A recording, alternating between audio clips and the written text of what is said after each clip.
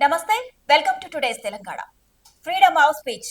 భారతదేశంలో ప్రజలు ఎంతవరకు ఈ హక్కును వాడుకుంటున్నారో లేదో తెలియదు కానీ ఢిల్లీ నుంచి గల్లీ దాకా కాంగ్రెస్ పార్టీ నేతలు మాత్రం వాక్ స్వాతంత్రాన్ని అడ్డగోలుగా వాడుకుంటున్నారు.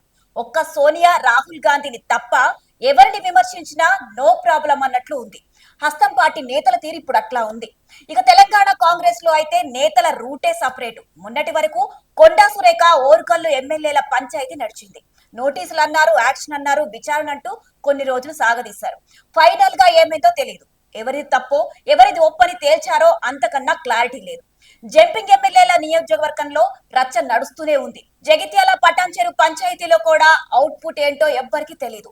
ఇలా మల్లు రవి క్రమశిక్షణ కమిటీ చైర్మన్ అయినప్పటి నుంచి ఎన్నో కంప్లైంట్లు గాంధీ భవన్ మెట్లెక్కాయి. అయితే ఇందులో ఇప్పటి వరకు ఏ ఒక్క ఇష్యూలో ఎవరి మీద చర్యలు తీసుకున్నది లేదు. సమస్యను దారిన పెట్టిన దాఖలాలు అస్సలు లేవు. ఎమ్మెల్యే కోమటిరెడ్డి రాజగోపాల్ రెడ్డి కొన్నాళ్లుగా ప్రభుత్వంపై, సీఎం రేవంత్ రెడ్డిపై తన అసంతృప్తిని వ్యక్తం చేస్తూనే ఉన్నారు. మొన్నటి వరకు ట్వీట్లతో కాకరేపిన ఆయన ఇక ఓపెన్ స్టేట్మెంట్ ఇస్తూ సీఎం టార్గెట్ అటాక్ చేస్తున్నారు.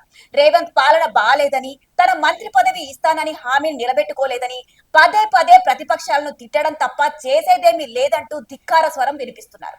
ఏ త్యాగానికైనా సిద్ధమంటూ రాజీనామాకు రెడీ అనే సంకేతాలతో పార్టీలో కలకలం రేపుతున్నారు.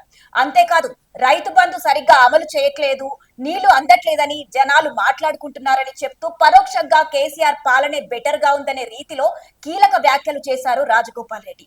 ఆయన 6 నెలలుగా ఎప్పుడు ఏదో ఒక స్టేట్మెంట్ ఇస్తూ హాట్ టాపిక్ గా మారుస్తూనే ఉన్నా క్రమశిక్షణ కమిటీ మాత్రం సైలెంట్ గానే ఉంటుందన్న గుసగుసలు వినిపిస్తున్నాయి. లేటెస్ట్ గా రేవంత్ ను ఉద్దేశించి రాజగోపాల్ చేసిన వ్యాఖ్యలపై రియాక్ట్ అయిన క్రమశిక్షణ కమిటీ చైర్మన్ మల్లు రవి ఆయనతో మాట్లాడతామని, ఓపెన్ గా స్టేట్మెంట్ ఇవ్వకుండా ఆదేశిస్తామని చెప్పుకొచ్చారు.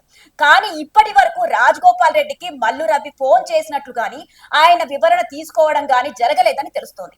అసలు సీఎం రేవంత్ రెడ్డినే రాజగోపాల్ రెడ్డి లైట్ తీసుకుంటుంటే ఇక మల్లు రవిని ఆయన ఎక్కడ పట్టించుకుంటారన్న చర్చ గాంధీ భవన్ వర్గాల్లో వినిపిస్తోంది. పార్టీకి నష్టం చేసేలా ఎవరు వ్యవహరించినా కఠినంగా వ్యవహరిస్తామని ఆ మధ్య కాస్త సీరియస్ గానే డెసిషన్ తీసుకుంటున్నారు. ఫటాఫట్ గా ఒకరిద్దరిపై వేటు వేశారు. కరీంనగర్ లో గత అసెంబ్లీ ఎన్నికల్లో పోటీ చేసిన శ్రీనివాస్ తో పాటు ఎల్లారెడ్డి నియోజకవర్గంలో సుభాష్ రెడ్డిపై వేటు వేశారు. కానీ ఆ తర్వాత నుంచి జరుగుతున్న పరిణామాలపై ఎటూ తేల్చకుండా నానబెడుతున్నారన్న విమర్శలు ఉన్నాయి. క్రమశిక్షణ కమిటీ మెతక వైఖరిని ఫాలో అవుతుందన్న టాక్ కూడా వినిపిస్తోంది. క్రమశిక్షణ కమిటీ చైర్మన్ గా మల్లు రవి బాధ్యతలు తీసుకున్న తరువాత ఒక్క అడుగు ముందుకు వేసి 2 అడుగులు వెనక్కి అన్నట్లుగా ఉన్నట్టున్నారు. ఆ మాటకొస్తే క్రమశిక్షణ కమిటీ చైర్మనే క్రమశిక్షణ పాటించడం లేదన్న విమర్శలు కూడా వినిపిస్తుంది. ఆలంపూర్ ఎక్స్ ఎమ్మెల్యే సంపత్ లాంటి వాళ్ళు అయితే మల్లు రవి మీదే కంప్లైంట్ చేసినట్లు వార్తలు కూడా వచ్చాయి. మునుగోడు ఎమ్మెల్యే కోమటిరెడ్డి రాజగోపాల్ రెడ్డి ఎపిసోడ్ కంట్లో నలుసులా మారింది. నిత్యం సీఎం రేవంత్ రెడ్డిని టార్గెట్ చేసి విమర్శలు కూడా ఎక్కువ పెడుతున్నారు. ఆయన ప్రతిపక్షాలపై ఇష్టానుసారంగా మాట్లాడడం కరెక్ట్ కాదంటూ సీఎం తీరునే తప్పుపడుతున్నారు. 10 ఏళ్ల పాటు సీఎం గా ఉంటానన్న రేవంత్ కామెంట్స్ కు కౌంటర్ ఇచ్చిన ఏకైక కాంగ్రెస్ నాయకుడు రాజగోపాల్ రెడ్డి.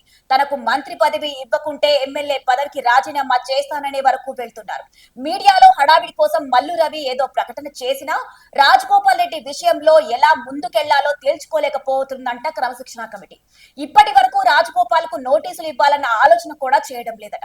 రాజగోపాల్ తో మాట్లాడిన తర్వాత నోటీసులపై ఆలోచిస్తామంటున్నారంటే క్రమశిక్షణ కమిటీ ఎంత స్ట్రాంగ్ గా ఉందో అర్థం చేసుకోవచ్చు. సీఎం రేవంత్ నే టార్గెట్ చేస్తున్న రాజగోపాల్ రెడ్డి విషయంలోనైనా క్రమశిక్షణ కమిటీ ఎలాంటి నిర్ణయం తీసుకుంటుందో చూడాలి మరి.